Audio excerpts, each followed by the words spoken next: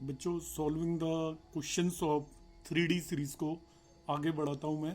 और ये एक बहुत ही इंपॉर्टेंट क्वेश्चन है मिसलेनियस एक्सरसाइज का, 11th exercise from NCERT. Question है find vector equation of the line. Question number 20 है passing through this point and perpendicular to this line and this line. आपको वेक्टर इक्वेशन निकालनी है, तो vector equation हम निकालेंगे, मगर पहले मैं इसकी कार्टेशियन इक्वेशन निकालूंगा और उसको वेक्टर इक्वेशन में कन्वर्ट कर दूंगा। ये दो लाइनों की परपेंडिकुलरिटी की कंडीशन होती है। Two lines will be perpendicular. कोई भी दो लाइन दे रखी है वो परपेंडिकुलर होंगी यदि a1 a2 plus b1 b2 plus c1 c2 equal to 0 हो जाए। वेयर जिन्हें हम a1 a2 और b1 b2 बोल रहे हैं, ये डायरेक्शन रेशियोज हैं टू लाइन्स के। तो अब जरा समझिए, हमें एक लाइन चाहिए which is passing through the point 1, 2, -4। तो किसी भी लाइन की इक्वेशन निकालने के लिए हमें दो रिक्वायरमेंट होती है बच्चों। एक तो चाहिए होता है हमें क्या, एक पॉइंट उसके ऊपर। तो यहाँ पे उसने पॉइंट पहले से दिया हुआ है तो मैं उस पर फोकस ही नहीं करूंगा। अब सपोज हमने मान लिया let A B C are direction ratios of required line. Required line के direction ratios A B C हैं। इस वाली लाइन के डायरेक्शन रेशियोज निकाल लो। इस वाली लाइन के डायरेक्शन रेशियोज हैं 3, -16, 7। आप एग्री होंगे, ठीक है। इस वाली लाइन के डायरेक्शन रेशियोज निकाल लीजिए। इस वाली लाइन के डायरेक्शन रेशियोज हैं 3, 8, -5। और हमें जो लाइन चाहिए उसके डायरेक्शन रेशियोज हमने मान लिए a, b, c। ठीक है, तो जो हमें लाइन चाहिए वो इसके परपेंडिकुलर है। ठीक है, लाइन 1 के परपेंडिकुलर है। तो परपेंडिकुलरिटी की कंडीशन लगा दीजिए a1 a2 plus b1 b2 plus c1 c2। तो बच्चों आ जाएगा 3a -16b plus 7c equal to 0। ये हमारी इक्वेशन हो गई 3। This is equation 2। अब जो हमें लाइन चाहिए उसके हमने direction ratios A B c let किए हैं, वो इसके भी परपेंडिकुलर है। तो इसके परपेंडिकुलर की कंडीशन लगा दीजिए। तो ये कंडीशन आ जाएगी 3a plus 8b -5c equal to 0। ये इक्वेशन नंबर 4 हो गई। अब बच्चों आपको दो कंडीशंस आ गई हैं। हमारा मेन ऑब्जेक्टिव था एक लाइन की इक्वेशन निकालना जिसके ऊपर one point is already given. आपको उसके डायरेक्शन रेशियोज यदि पता चल जाए तो हम लाइन की इक्वेशन को आराम से निकाल सकते हैं। क्योंकि किसी भी लाइन की इक्वेशन को निकालने के लिए हमें उसके पैरेलल लाइन के डायरेक्शन रेशियोज एक पॉइंट चाहिए होता है। डायरेक्शन रेशियोज हमने ए बी सी मान लिए जो लाइन चाहिए उसके, और हमने परपेंडिकुलरिटी की कंडीशन लगा दी कि ये लाइन इसके परपेंडिकुलर है। एक कंडीशन आ गई, ये लाइन इसके परपेंडिकुलर है। दूसरी कंडीशन आ गई, ये 2 कंडीशंस हमें ऑब्टेन हो गई। अब इससे एबीसी निकालना हमारा काम है। तो एबीसी निकालने का तरीका आप सीख लीजिए। क्रॉस मल्टीप्लिकेशन मेथड से भी एबीसी निकाल सकते हैं। क्रॉस मल्टीप्लिकेशन मेथड में आपको बताता हूं कैसे करना है। आपको a upon equal to -b upon equal to c upon ये हम लिख देंगे। अब a अपॉन जब लिखेंगे तो a को आप हाइड कर लीजिए, b का कोफिशिएंट ये this into this minus this into this, इसको क्रॉस मल्टीप्लिकेशन मेथड बोलते हैं। तो 16 into 5 that is equal to 80 minus 8 into 5, 8 into 7 56। अब ये माइनस b अपॉन लिया है दिस इंटू दिस -15, जो मेरा ऑर्डर ध्यान रखना, into this -21। c upon this into this 24 minus this into this 48। Order ये याद रखना है आपको, a अपॉन लिखना है, -b अपॉन लिखना है, c अपॉन लिखना है। a के नीचे की टर्म निकालनी है तो a को हाइड कर दीजिए, this into this minus this into this. b के नीचे की टर्म निकालनी है तो b को हाइड कर दीजिए। लेना आपको लेफ्ट टॉप से है, लेफ्ट साइड के टॉप से स्टार्ट करना है। तो देखिए अब हमारे पास बचा क्या, a अपॉन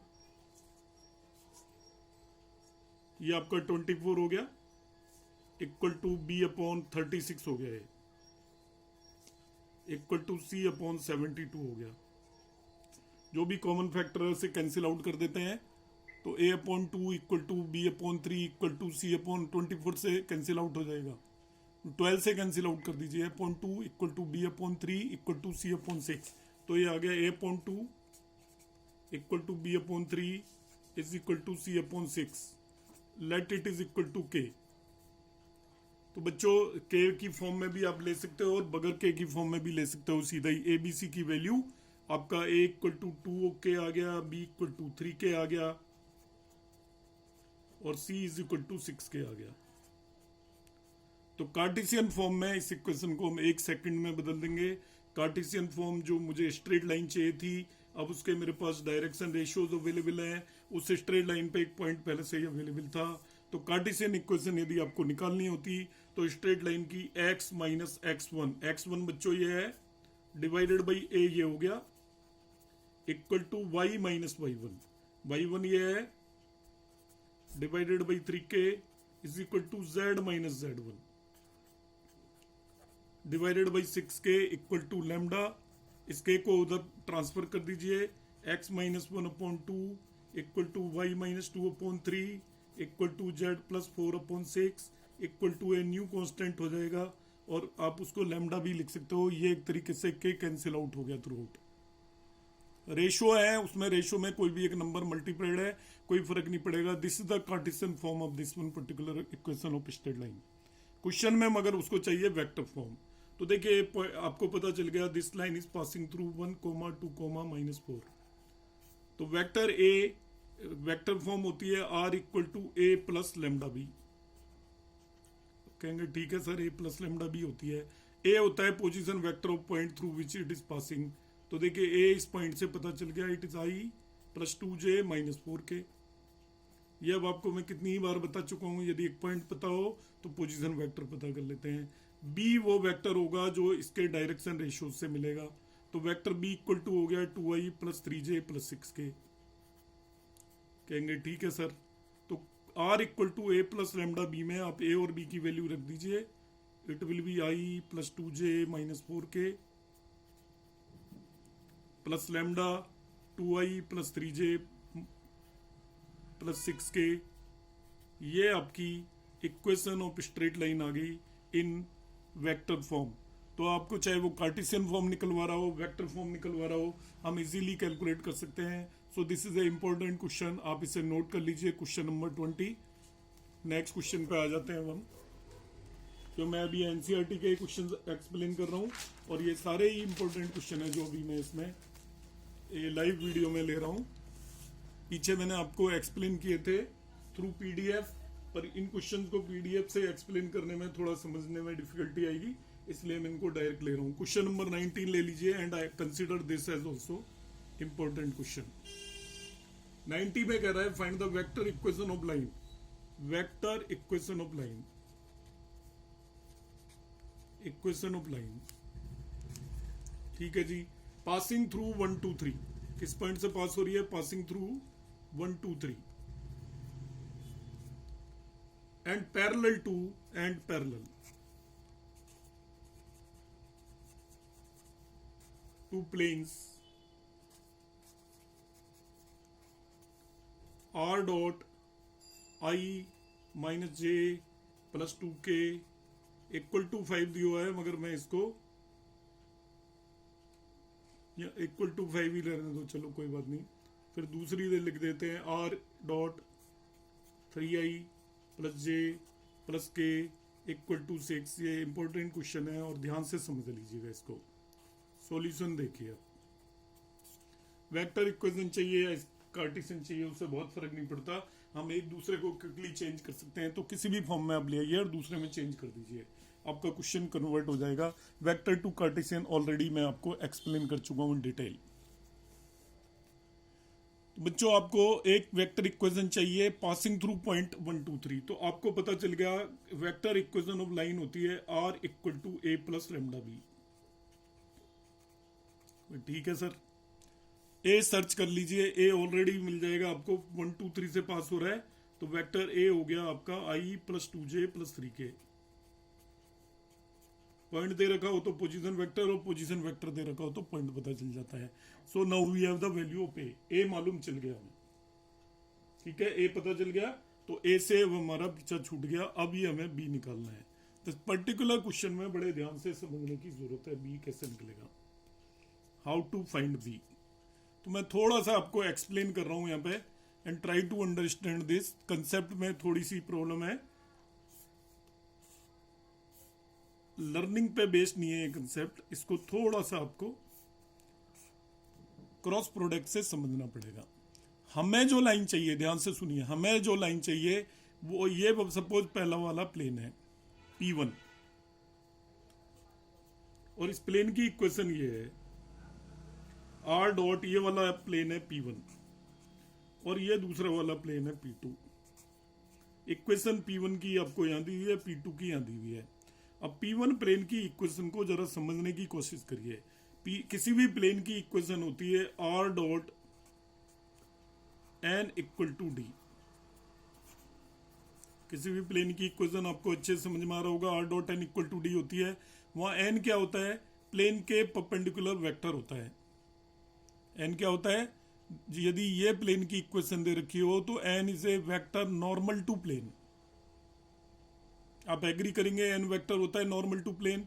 तो ये प्लेन P1 है, इसके नॉर्मल वेक्टर क्या हो गया, देखिए इसके नॉर्मल वेक्टर हो गया i minus J plus 2k। अब कहेंगे ठीक है sir, i minus J plus 2k ये इसके नॉर्मल वेक्टर हो गया, और इसको मैं वेक्टर n1 लिख देता हूं। n1 की ये वैल्यू आ गई। इसके नॉर्मल वेक्टर जो हो जाएगा वो हो जाएगा आपका, इसके normal means perpendicular 3i plus J plus k। इसमें भी आपको कोई परेशानी नहीं होनी चाहिए, इसको वेक्टर n2 लिख देता हूं। अब जो मुझे लाइन चाहिए वो इन दोनों प्लेन्स के पैरेलल है। ये वेक्टर इस प्लेन के परपेंडिकुलर है, ये वेक्टर इस प्लेन के परपेंडिकुलर। अब ध्यान दीजिएगा, मुझे जो लाइन चाहिए, हमें जो लाइन निकालनी है वो दोनों प्लेन्स के पैरेलल है, मतलब वो ऐसे है। ये हमारी लाइन है, जो लाइन चाहिए वो ऐसे है। इसके भी पैरेलल है, इसके भी पैरेलल है, दोनों के पैरेलल है, मगर ये वेक्टर और ये वेक्टर इन दोनों प्लेन्स के परपेंडिकुलर है। n1 is perpendicular to P1, n2 is perpendicular to P2। अब ध्यान से समझना, यदि मैं n1 क्रॉस n2 निकालूं, क्या निकालूं, n1 क्रॉस n2, वर्ड्स पे फोकस करना, अंडरस्टैंडिंग पे फोकस करना। क्रॉस प्रोडक्ट का मैंने अभी लेटेस्ट वीडियो अपलोड इसी क्वेश्चन की वजह से किया था। n1 क्रॉस n2 क्या होगा, वो इन दोनों वेक्टर्स के परपेंडिकुलर होगा, will be perpendicular to both n1 and n2। आप कहेंगे सर ठीक है, क्योंकि किन्हीं भी दो वेक्टर्स का क्रॉस प्रोडक्ट उन दोनों वेक्टर्स के परपेंडिकुलर होता है। यदि मैं लिखूं c equal to a cross b, कोई भी वेक्टर c लिखूं a क्रॉस b, तो c will be perpendicular to a and b both. आप एग्री करेंगे कि हाँ जी सर, c a और b दोनों के परपेंडिकुलर होगा, तो n1 cross n2 will be perpendicular to both n1 and n2, क्योंकि किन्हीं भी दो वेक्टर्स का क्रॉस प्रोडक्ट उन दोनों के परपेंडिकुलर होता है। अब जरा ध्यान से समझ लेना, n1 और n2 दोनों के परपेंडिकुलर, और इन दोनों के परपेंडिकुलर कौन है, ये लाइन भी दोनों के परपेंडिकुलर है। वेक्टर n1 प्लेन P1 के परपेंडिकुलर है, वेक्टर n2 प्लेन P2 के परपेंडिकुलर है, और लाइन प्लेन के पैरेलल है। ये लाइन प्लेन के पैरेलल है। वेक्टर n1 प्लेन P1 के परपेंडिकुलर है, मगर लाइन पैरेलल है प्लेन के। वेक्टर n2 प्लेन P2 के परपेंडिकुलर है, मगर लाइन प्लेन के पैरेलल है। मतलब लाइन जो दे रखी है वो n1 और n2 दोनों के परपेंडिकुलर हो गई। ठीक है, लाइन क्योंकि दोनों प्लेन्स के पैरेलल है, ये दोनों वेक्टर्स दोनों प्लेन्स के परपेंडिकुलर है, ये इसके परपेंडिकुलर है, ये इसके परपेंडिकुलर है, तो दोनों का जो क्रॉस प्रोडक्ट निकालूंगा मैं n1 और n2 का, वो भी इन दोनों के परपेंडिकुलर होगा, और हमारी लाइन भी दोनों के परपेंडिकुलर है। तो इसका मतलब line will be parallel to n1 cross n2 हो जाएगा। क्या लिखूंगा जरा ध्यान से देखिएगा, as line is parallel to both planes is parallel to both planes. आपको कहोगे ठीक है सर ये तो दे ही रखा है। And N1 cross N2 will be also parallel to both planes, also parallel to both planes.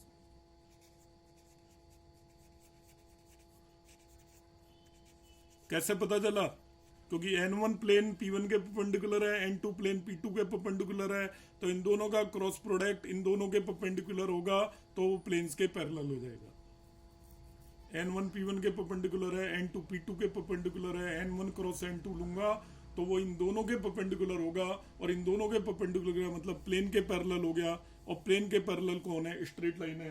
तो यहाँ पे आपको ध्यान रख के चलना है। आप मेरे इस वीडियो को रिपीट करके देखिएगा, जो भी मैंने एक्सप्लेनेशन किया है उसमें मैंने क्लियर कट एक्सप्लेनेशन किया है। N1 इसके परपेंडिकुलर है, N2 इसके परपेंडिकुलर है। इन दोनों का जब मैं क्रॉस प्रोडक्ट लूंगा तो वो इन दोनों के परपेंडिकुलर आएगा, इसके भी और इसके भी। इसका मतलब क्या हो गया? वो इस लाइन के पैरेलल हो जाएगा। किन्हीं भी दो वेक्टर्स का क्रॉस प्रोडक्ट उन दोनों वेक्टर्स के परपेंडिकुलर होता है।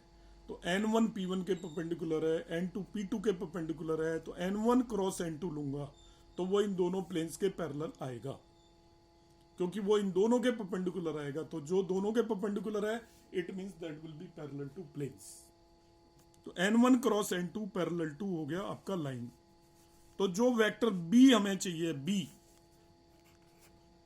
जो V वेक्टर चाहिए, it is equal to some constant into N1 cross N2 हो जाएगा, या सीधा N1 क्रॉस N2 भी ले सकते हो। क्यों? B वेक्टर क्या चाहिए होता है लाइन में? B वेक्टर वो होता है जिसके पैरेलल होती है line. As line is parallel to N1 cross N2 so B will be equal to N1 cross N2 हो जाएगा। As line is parallel to N1 cross N2 so B will be equal to N1 cross N2 होगा। बच्चों N1 cross N2 निकाल दो। Cross product निकालना आपको अच्छे से आता है। IJ के लिखेंगे पहले इसमें पहले वेक्टर में कोफिशिएंट लिख दीजिए N1 के, ये 1, -1 और 2 है। फिर N2 के कोफिशिएंट लिख दीजिए, दैट इज इक्वल टू 3, 1, 1। अब इसको हम निकालेंगे, क्रॉस प्रोडक्ट भी आप यहाँ पे सीख लीजिए।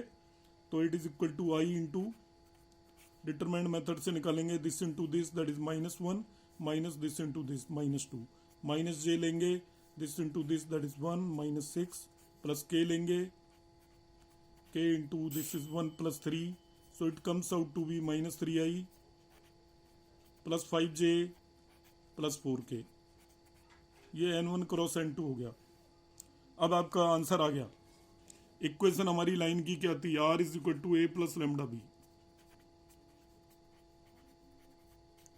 तो A और B की वैल्यू रख दीजिए। A हमारा था आपका I plus 2J plus 3K plus lambda B क्या था हमारा? That was -3I plus 5J plus 4K।